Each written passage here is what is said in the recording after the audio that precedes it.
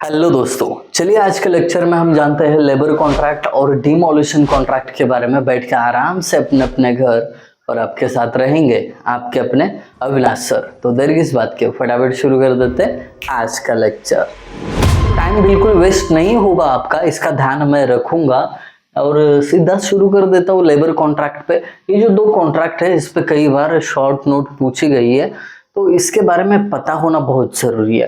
तो शुरू करते हैं लेबर कॉन्ट्रैक्ट से। इसका नाम ही सजेस्ट कर रहे हैं कि कॉन्ट्रैक्टर को बस क्या करने हैं, लेबर अप्लाई करने हैं। जो भी मटेरियल होगा कौन देगा, डिपार्टमेंट देगा या जो भी ओनर होगा वो देगा। थोड़ा डेप्थ में जाते हैं इसके।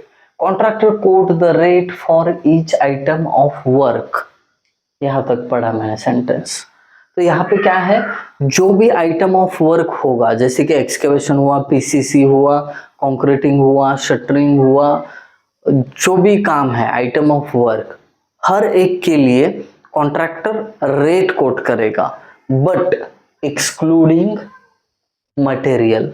मटेरियल को जो खर्चा लगता है वो तो डिपार्टमेंट देने वाला है या ओनर देने वाला है, तो उसको हटा के जो लेबर अप्लाई करने पड़ते हैं उनका बस जो खर्चा आएगा उसको ध्यान में रख के कॉन्ट्रैक्टर कोट द रेट। ठीक है, ये बात यहाँ पे खत्म। तो material is provided by department या ओनर, तो इसमें साफ साफ बात है कि अगर आप काम करवाना चाहते हो कॉन्ट्रैक्टर से, जितना भी मटेरियल लगेगा आप खुद से दो, लेबर कॉन्ट्रैक्टर के रहेंगे। तो contractor has to make his own arrangement, but ये काम करवाते समय contractor has to make his own arrangement. कौन सी चीजों की अरेंजमेंट करनी है कॉन्ट्रैक्टर को?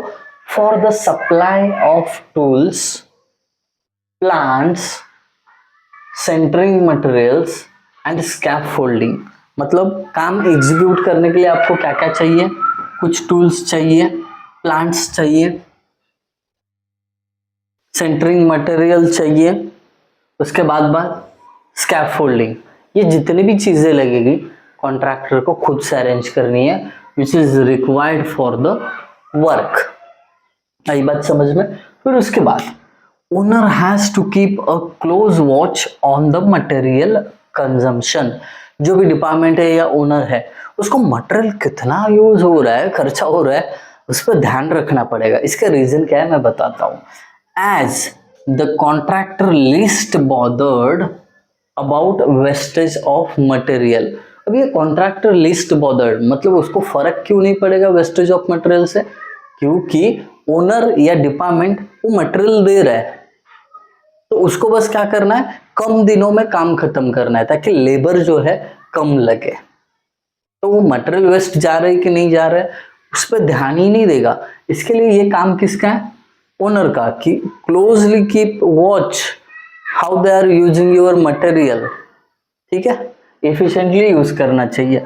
The contractor is not affected by the rate fluctuation of material. Contractor को तो बस लेबर अप्लाई करना है, मटेरियल महंगा हो या सस्ता हो उससे कोई फर्क नहीं पड़ेगा कॉन्ट्रैक्टर को, क्योंकि मटेरियल तो ओनर दे रहा है ना। That hence owner get assured about quality of work. अब मटेरियल महंगा हो सस्ता हो इससे कॉन्ट्रैक्टर को फर्क नहीं पड़ रहा है, तो अपना नाम रखने के लिए, एक अपने नाम का काम हो रहा है ना कि इसने काम किया, तो क्वालिटी अच्छा देगा। भले मटेरियल ज्यादा गया कोई दिक्कत नहीं है, बट काम की क्वालिटी अच्छा करके देगा। Quality of work minimises the dispute. काम की क्वालिटी अच्छी होगी तो झगड़ा नहीं होगा, और जितना भी मटेरियल गया है ओनर का वो उसके ही साइड पे गया है। That's it. Owner could by large quantities of material at favourable rates. मानो कि आज काम शुरू किया है, सीमेंट की बैग 350 को मिल रही है, तो उसको अंदेशा है, उसको आइडिया है, उसका एक तर्क है कि आगे जाके ये हो सकता है 350 का बैग 440 450 तक जाए, तो वो पहले से ही बाय करके रख सकता है, मतलब खरीद के रख सकता है। ये पूरा का पूरा हुआ लेबर कॉन्ट्रैक्ट के बारे में। अब हम बात करते हैं डिमोलिशन कॉन्ट्रैक्ट की। अब ये कॉन्ट्रैक्ट थोड़ा अजीब टाइप का है। डिमोलिशन मतलब जो खड़ा किया गया स्ट्रक्चर है, कुछ काम का नहीं रहा हो तो उसको गिरा देना है और वो मटेरियल हटा देना है, ये डिमोलिशन कॉन्ट्रैक्ट होता है। डीप में जाते हैं थोड़ा। अगर आपको ये पहला वाला समझ में आया है, लाइक करो और कमेंट अच्छे तरीके से कर देना कि आपको कैसे लगा पहला contract. Tenders are invited to demolish the existing structure. तो ये कॉन्ट्रैक्ट देने के लिए टेंडर इनवाइट किए जाते हैं, कॉन्ट्रैक्टर भरते कि हाँ चलिए हम ये बिल्डिंग क्या कर देते, तोड़ के देते हैं आपको, so that the land can develop again in best lucrative form. तो आपको ये ल्यूक्रेटिव जो है नया दिख रहा होगा। तो बिल्डिंग क्यों गिरानी है? क्योंकि उसकी जगह एक नया स्ट्रक्चर खड़ा करेंगे और वो क्या होगा, बेस्ट लुक्रेटिव फॉर्म होगा। लुक्रेटिव फॉर्म मतलब क्या, जो पैसा जनरेट करके देने वाला, मनी मेकिंग चीज होगी वो, उसको लुक्रेटिव बोलते हैं। That's it. No construction activity.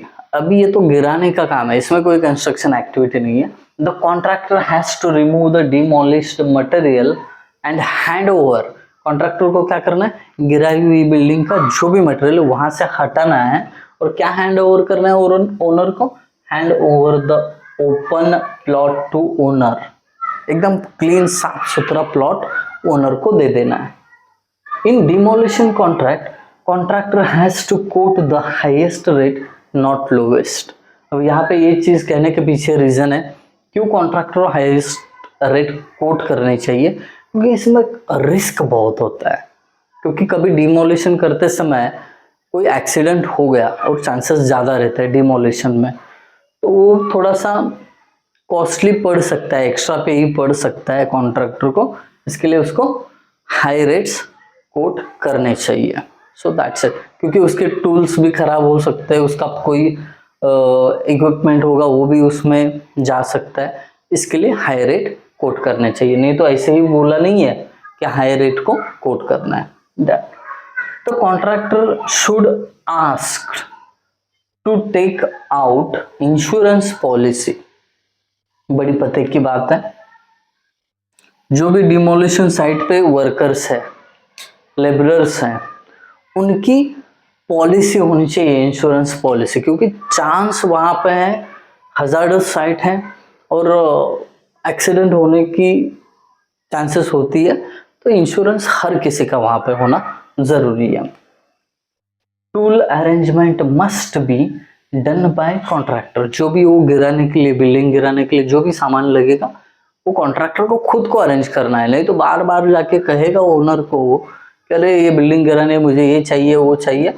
Owner बोलेगा तुझे दिया है कॉन्ट्रैक्ट, जो चाहिए वो कर ले, मुझे बस ओपन प्लॉट चाहिए।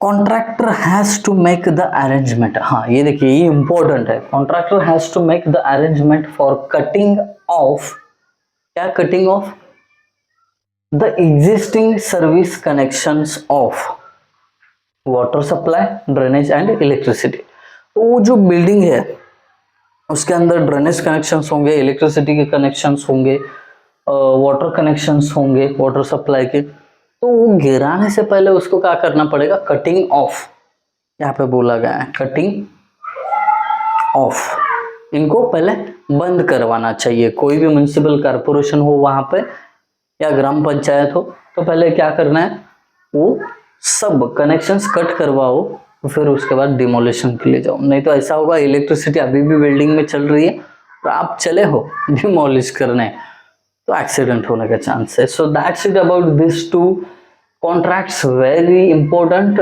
कभी पूछा जाए कि आपको इस पे शॉर्ट नोट बनाना है तो आप समझ गए हो, समझदार हो।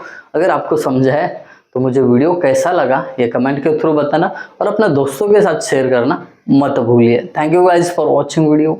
Thank you so much।